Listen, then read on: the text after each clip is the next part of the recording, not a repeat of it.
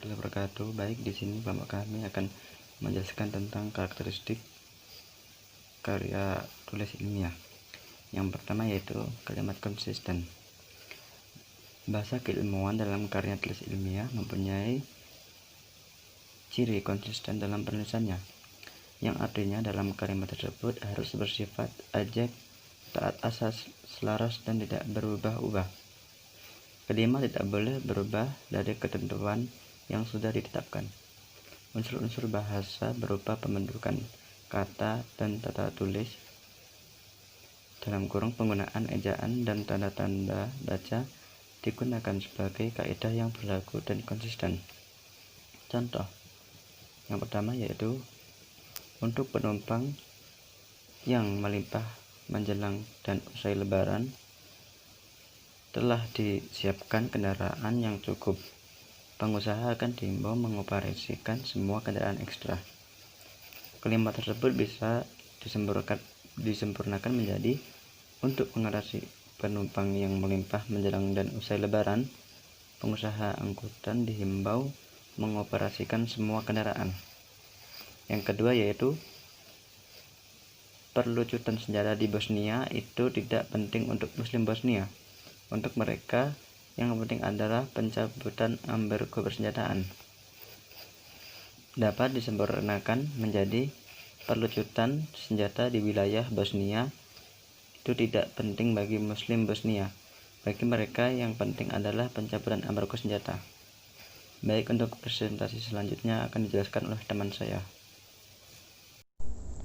Bab selanjutnya yaitu tentang menganalisis karakteristik kalimat empasis dalam karya tulis ilmiah. Pengertian dari empasis sendiri adalah menekankan kualitas fokus, minat, dan kontrol. Kata-kata, ide, dan gambar secara halus diberi bobot atau peringkat sedemikian rupa, sehingga kata, ide, atau gambar yang paling penting dalam setiap kalimat, paragraf, dan bab menonjol. Empasis membimbing pembaca membangun makna dari teks dengan membedakan apa yang dianggap penting. Adapun cara untuk menekanan kata antara lain: 1. Mengubah posisi kata dalam kalimat, yakni dengan cara meletakkan bagian yang paling penting di awal kalimat. Yang kedua, menggunakan partikel. Penekanan bagian kalimat dengan menggunakan partikel la, pun, dan kah. Yang ketiga, menggunakan repetisi, yakni mengulang-ulang kata yang dianggap paling penting. Yang keempat, menggunakan pertentangan, yakni menggunakan kata yang bertentangan atau berlawanan makna atau maksud dalam bagian kalimat yang ingin ditegaskan. Yang kelima, penekanan kata dengan intonasi. Caranya adalah dengan memberi tekanan yang lebih keras kepada salah satu unsur atau bagian kalimat yang ingin ditegaskan. Yang keenam, menggunakan kata keterangan. Keterangan penegas yang lazim digunakan untuk memberikan penekanan adalah kata memang, apalagi, bahkan, dan lebih-lebih lagi. Yang ketujuh, menggunakan kata makna. Penekanan dengan kontras makna dilakukan dengan kalimat majemuk setara. Makna klausa pertama dari kalimat tersebut menjadi terasa lebih tegas karena dikontraskan atau dipertentangkan dengan makna pada klausa kedua. Yang kedelapan, menggunakan bentuk pasif. Penekanan dalam bentuk kalimat pasif dibentuk dengan maksud untuk lebih menegaskan peranan objek penderita.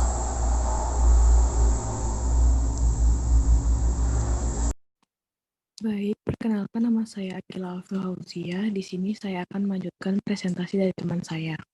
Di sini saya akan membahas mengenai kalimat gramatik.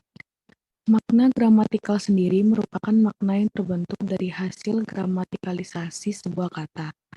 Adapun gramatikalisasi tersebut terdiri atas afiksasi atau pengimbuhan, reduplikasi atau pengulangan kata, dan pemajemukan kata.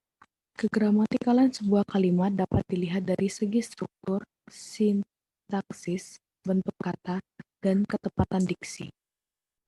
Yang selanjutnya ada ciri-ciri kalimat gramatik. Suatu kalimat dikatakan gramatikal atau benar apabila penyusunannya mengikuti kaidah bahasa yang bersangkutan. Ketataan pada kaidah ini tampak pada struktur yang dibangun dalam kalimat tersebut. Kaidah tata bahasa dapat dilihat dalam buku-buku tata bahasa. Selain itu, kaidah tata bahasa selalu dimiliki oleh penutur asli bahasa yang dimaksud. Maksudnya, penutur asli mempunyai kepekaan terhadap kaidah tata bahasanya.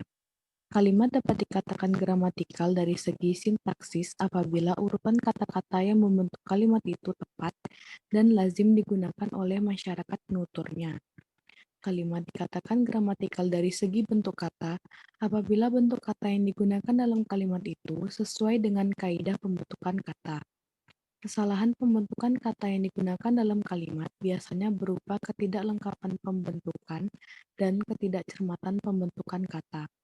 Kalimat dikatakan gramatikal dari segi ketepatan diksi apabila dalam kalimat itu tidak terdapat pemakaian kata yang tidak lazim.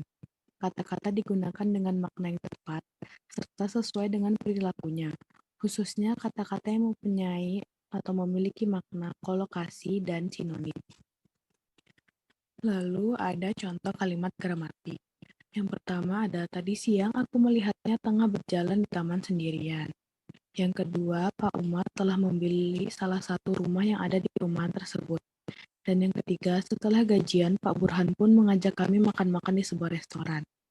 Analisisnya, yang pertama, kata berjalan sendiri merupakan hasil gramatikalisasi dari kata jalan yang digramatikalisasi dengan cara afiksasi atau pemberian imbuhan, di mana imbuhan yang diberikan adalah imbuhan ber.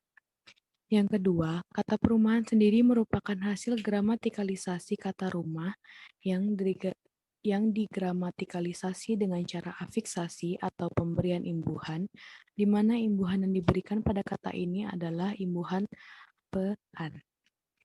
Dan yang ketiga, kata makan-makan sendiri merupakan hasil gramatikalisasi kata makan yang dilakukan dengan cara reduplikasi ataupun mengulangi kata tersebut.